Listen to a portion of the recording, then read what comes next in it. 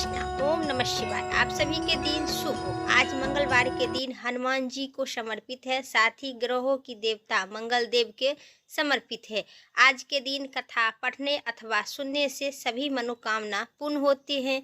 इस दिन सुंदरकांड को पाठ करने से, हनुमान चालीसा के जप करने से और कथा का पठन अथवा सुनने से सभी मनोकामना पूर्ण होती है। तो आइए श्रद्धा और चित्त से हनुमान जी और मंगल देव की संपूर्ण कथा। वीडियो अच्छी लगे तो लाइक और कमेंट जरूर कीजिएगा। आप सब लाइक कमेंट करना भूल जाते हैं। था। एक बार नैमिषारण्य तीर्थ में 88,000 मुनि एकत्रित होकर श्री सूत जी से पूछने लगे, हे महामते, आपने हमें अनेक पुराणों की कथा सुनाए हैं, अब कृपा करें हमें ऐसा व्रत और उनकी कथा बताइए जिनके करने से संतान की प्राप्ति हो तथा मनुष्य रोग शोक अग्नि श्राप दुख इत्यादि को भय दूर हो। कलयुग में सभी जीवों की आयु बहुत कम है।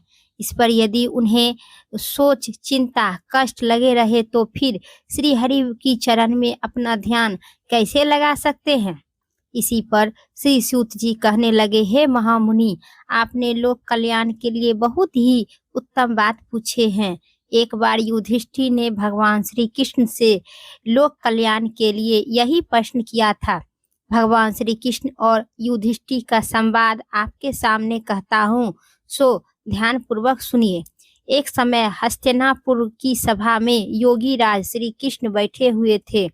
तब युधिष्ठिर ने भगवान श्री कृष्ण से प्रश्न किए, हे प्रभु, हे रघुनंदन, हे जगुवंदन गोविंद, आपने मुझे अनेक कथा सुनाए हैं। आज कृपा करके कोई ऐसा व्रत या कथा हमें सुनाइए जिससे करने से मनुष्य रोग चिंता तथा भय से मुक्त हो तथा उन्हें पुत्र की प्राप्ति हो।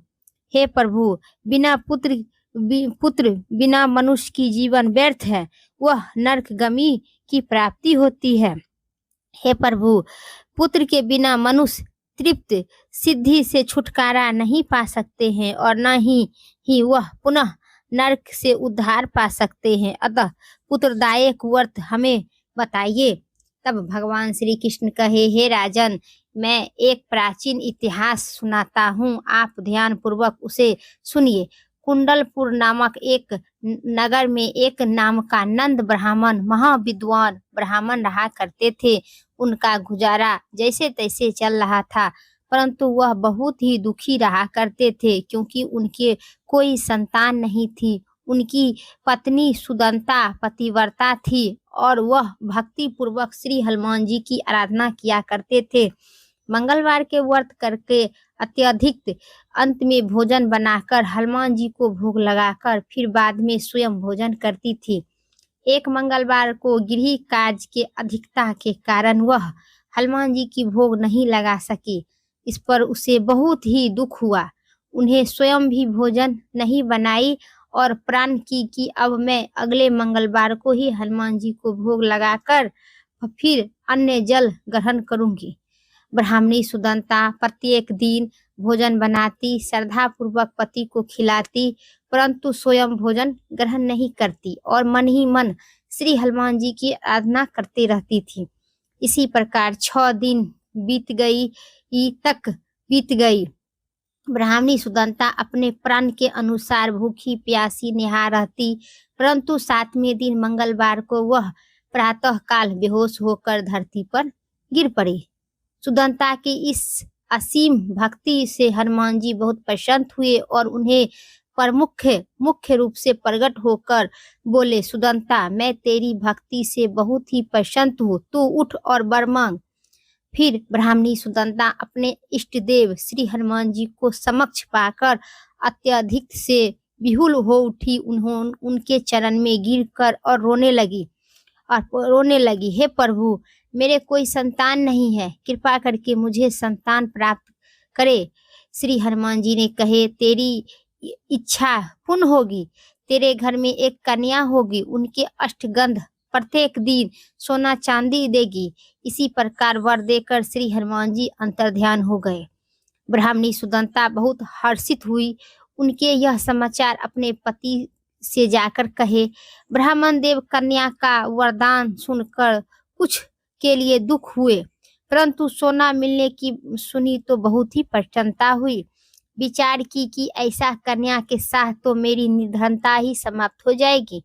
श्री हनुमान जी की कृपा से ब्राह्मणी गर्भवती हुई और 10वें मास में उन्हें एक अत्यधिक सुंदर कन्या का जन्म दी।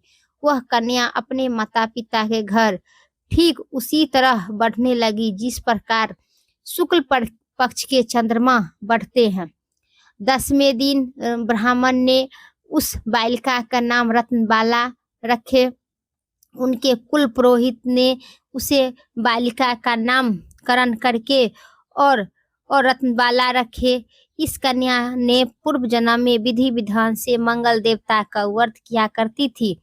रत्नबाला अष्टगंध प्रत्येक दिन बहुत सा सोना देती थी। सोने चांदी से नंद ब्राह्मण बहुत धनवान हो गए। ब्राह्मणी सुदंता भी बहुत अभिमानी हो गए। समय बीतने के साथ ही रत्नबाला 10 वर्ष के हो चुकी थी। एक दिन ब्राह्मणी ने सुदंता ही बहुत अपने पति नंद ब्राह्मण से कहे, हमारी पुत्री रत्नबाला विवाह योग हो गई है, अतः कोई सुंदर तथा योग्य वर देखकर उनका विवाह कर दिया जाए। यह सुनकर नंद ब्राह्मण बोला, अभी तो रत्नबाला बहुत छोटी है। तब ब्राह्मणी ने कहा, शास्त्र के अनुसार कन्या 10 वर्ष के गौरी, 9वें वर्ष में रोहिणी और 10वें वर्ष में कन्या के पश्चात रत्नबाला हो जाती है। गौरी के दान करने से पाताल लोक की प्राप्ति होती है, रोहिणी के दान करने से वैकुंठ लोक और कन्या के दान करने से इंद्र लोक में सुखों की प्राप्ति होती है। हे पतिदेव, अगर रत्नबाला का दान किया जाए तो वे घोर नरक में हम दोनों को प्राप्ति होगी। इस पर नंद ब्राह्मण ने कहे, अभी तो रत्नबाला 10 वर्ष का ही है, मैं तो 16 साल की कन्या का विवाह कराई हूँ, अभी जल्दी क्या है। फिर ब्राह्मणी सुदंता ने कहे, आपको लोभ अधिक हो गया है। अगर 11वें वर्ष की कन्या का विवाह नहीं होता है तो उनके मासिक धर्म रत्न का पिता और बड़े भ्राता का पान करना पड़ता है। शास्त्र के कहा गया है कि यदि कोई माता पिता और बड़े भाई रत्नबाला कन्या को देखते हैं तो वो नरक के गमी होते हैं। नंद ब्राह्मण ने कहे, ठीक है, मैं कल योग वर की तलाश में अपना दूत भेजूंगा। दूसरे दिन ब्राह्मण ने दूत को बुलाकर कहा, मेरी कन्या जैसी सुंदर है उसी प्रकार से सुंदर वर के लिए जाओ, तलाश करो। दूत स्वामी की आज्ञा पाकर वर के खोज के लिए चल पड़ा। अनेक गांव घूमने के बाद भी उन्होंने एक चंपाई नगर में गया, जहां एक सुंदर ब्राह्मण युवक को देखा। वह बालक जिस नाम उनका रामेश्वर था, बहुत ही गुणवान थे।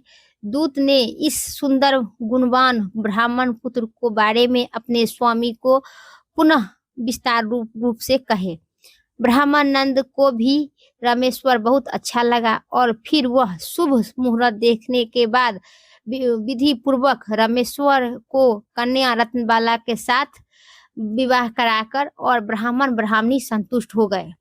परंतु ब्राह्मण नंद के मन में तो लोभ समाया था। उनके मन में रत्नबाला कन्या को दान तो कर दिए थे, परंतु वह बहुत ही घिन था। उनके विचार किया कि रत्नबाला जब ससुराल चली जाएगी तो इससे जो भी सोना मुझे मिलता है सो भी आगे चलकर नहीं मिलेगा। मेरे पास तो जो भी धन था सो भी इसके विवाह में खर्च हो गया और जो शेष बचेगा वह भी कुछ दिन के पश्चात समाप्त हो जाएगा। मैं इनका विवाह करके बड़ी भूल कर दी। इनके विचार किया कि अब कोई ऐसा उपाय करूंगी जिसे रत्नबाला मेरे घर में ही बनी रहे। लोभ रूपी राक्षस ब्राह्मण नंद का मस्तक पर छाया था। रात भर सैया पर बेचैनी से करवट बदलते बदलते उन्होंने एक चाकू का निर्माण किया। उन्होंने विचार किया कि अब जब रत्नबाला का पति रामेश्वर उसे अपने घर वापस ले जा रहा है, उसी मार्ग में उनका वध करवा दूंगी और अपनी पुत्री के अपने घर वापस ले आऊंगी, जिससे नियम रूप से उन्हें सोना मिलता रहेगा और समाज में कोई भी मनुष्य उन्हें दोष भी नहीं दे सकते हैं। प्रातःकाल नंद ब्राह्मण और उनकी पत्नी सुदंता ने अपने जमाता तथा पुत्री का बहुत सारा धन देकर विदा किए। रमेश्वर पत्नी रत्नबाला को लेकर अपने नगर के तरफ चल दिए और ब्राह्मण नंद की महालोभ रूपी भयभूत पाप पुण्य का विचार भी भूल चुका था। अपने भयंकर चाकू का निर्माण का कार्य रूपी देने के लिए उन्हें अपने दूत का मार्ग में जमाता को वध करने के लिए पहले से भेज दिया था। दूत मार्ग में छिप कर बैठ गया और जैसे रमेश्वर उस छिपे स्थान पर पहुंचा तो ब्राह्मण के दूत ने स्वामी की आज्ञा के पालन करते हुए रमेश्वर को वध कर दिया। इसके पश्चात उनके यह समाचार ब्राह्मण तक पहुंचा दिया। अपने जमाता को वध का समाचार प्रातः सुनते ही नंद ब्राह्मण उसी स्थान पर पहुंचे और रुदन करते रहे। अपनी पुत्री से बोला, पुत्री, मार्ग में लुटेरे ने तेरे पति का वध कर दिया। भगवान की इच्छा आगे किसी का कोई वश नहीं चलता है। अब तू घर चल, वहां रहकर शेष जीवन व्यतीत करना। जो भाग में लिखा था वही होता है। अपने पति की अकाल मृत्यु से रत्नबाला बहुत दुखी हुई। रुदन करते हुई रोती बिलखती रही और वह अपने पिता से बोली, पिताजी, इस संसार में जिस स्त्री का पति नहीं है उनका जीना व्यर्थ है। मैं अपने पति के साथ ही अपने शरीर जला दूंगी और सती होकर अपने इस जन्म को माता पिता के नाम को तथा सास ससुर के यश को समर्थन करूंगी। ब्राह्मण नंद अपनी पुत्री रत्नबाला को वचन सुनकर अक्का बक्का रह गया। वह विचार करने लगा कि मैं व्यर्थ में जमाता का वध का पाप अपने सिर पर लिया हूँ। अपने पिता के साथ अपने प्राण तक देने की तैयार हो गई। रत्नबाला पति के साथ प्राण तक देने के लिए तैयार हो गई। अपने तो दोनों तरफ से मरण हो गई। धन तो अब मिलेगा नहीं। जमाता का वध का पाप स्वरूप हमारे यमदूत भुगतान करना पड़ेगा। यह सोचकर बहुत दुखी हुआ ब्राह्मण। रमेश्वर की चिता रचाई गई। रत्नबाला सती होने की इच्छा से पति का सिर अपने गोद में रखकर चिता पर बैठ गई। जैसे ही रमेश्वर की चिता में आग लगाई गई, उसी प्रकार मंगल देव प्रसन्न होकर प्रकट हो गए और बोले, हे रत्नबाला, तेरी पतिव्रता भक्ति से मैं प्रसन्न हूँ, तू वर मांग। रत्नबाला ने अपने पति का जीवन दान मांगी और मंगल देव तथास्तु कहकर फिर मंगल देव बोले, रत्नबाला, तेरे पति अजर अमर है, यह बड़ा विद्वान भी होगा। इसके अतिरिक्त तुम्हें जो भी इच्छा है सो वर मांग। रत्नबाला ने कहे, हे मंगल ग्रह के स्वामी, यदि आप मुझ पर प्रसन्न है तो वरदान दीजिए कि जो भी मनुष्य मंगलवार के दिन प्रातः काल लाल फूल, लाल चंदन, लाल से पूजा आपको करे, स्मरण करे, उन्हें रोग विधवा न हो, वह स्वरजनों को कभी भी विरोग न हो, वह शराप अग्नि तथा शत्रुओं को भय न हो। जो स्त्री मंगलवार का व्रत करे उन्हें कभी विधवा न हो। मंगल देव तथास्तु कहे। यह कहकर अंतर्ध्यान हो गए। मंगल देव की कृपा से रामेश्वर जीवित होकर उठे। रत्नबाला अपने पति को पुनः प्राप्त कर प्रसन्न हुई। रामेश्वर अपनी पत्नी को लेकर अपने नगर चल दिए। इसके बाद दोनों पति पत्नी मंगलवार का व्रत करने लगी। प्रत्येक मंगलवार को करने लगी और मंगल देव की कृपा से इस लोक में सुख ऐश्वर्य भोग कर अंत में स्वर्ग को चली गई। इति श्री बोलिए श्री हनुमान जी भगवान की जय। इति मंगलवार व्रत की कथा आप सबको कैसी लगी तो कमेंट में जरूर बताइएगा। अब सुन लीजिए आरती विस्तार से। आरती कीजिए हनुमान लला की, दुष्टि दल रघुनाथी कला की, जाके बल से गिरिधर कापे, रोग सोग जाके निकट न झांके, अंजनी पुत्र महाबलदाई, संतन के प्रभु सदा सहाई। आरत कीजिए हनुमान लला की, देवीरा रघुनाथी पठायो, लंका जारी सिया असुध लाई। लंका सो समुद्र की सिखाई, जाति पवन सुते बारन लाई। लंका जरी असुरी संहारे, सिया रामचंद्र के काजी संहारे। आरती कीजे हनुमान लला की, लक्ष्मण मूर्छित पड़े सहकारे। लाई सजीवन प्राणी उबारे, पोथी पताल ते ही जन्मुख कारे। अहिरा बनी के भुजा उखाड़े, बाएं भुजा असुर दल मारे। दाएं भुजा संतन जन तारे, सूरी नैरी मुनि जैनी आरती उतारे। जय जय जय हनुमान उचारे, कंचन थाल अगर कपूर की छाई। आरत करत अंजना माई, आरती कहे हनुमान लला की। जो हनुमान जी की आरती गावे, बस बैकुंठ परम पद पावे।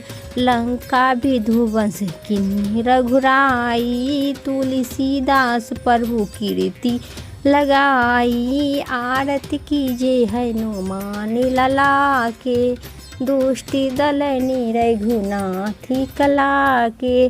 प्रेम से कहिए श्रीपति सियापति श्री हनुमान जी महाराज की जय। ये थी मंगलवार व्रत की पौराणिक संपूर्ण कथा, साथ ही आरती। इन सब आप सभी को पसंद आई तो आप सब लाइक और कमेंट करना भूल जाते हैं। लाइक कमेंट ज़रूर कीजिएगा और चैनल पर पहली बार है तो सब्सक्राइब भी कर लीजिएगा। फिर अगली वीडियो लेके आते हैं, तब तक के लिए श्री हनुमान जी भगवान की जय। जय श्री राम।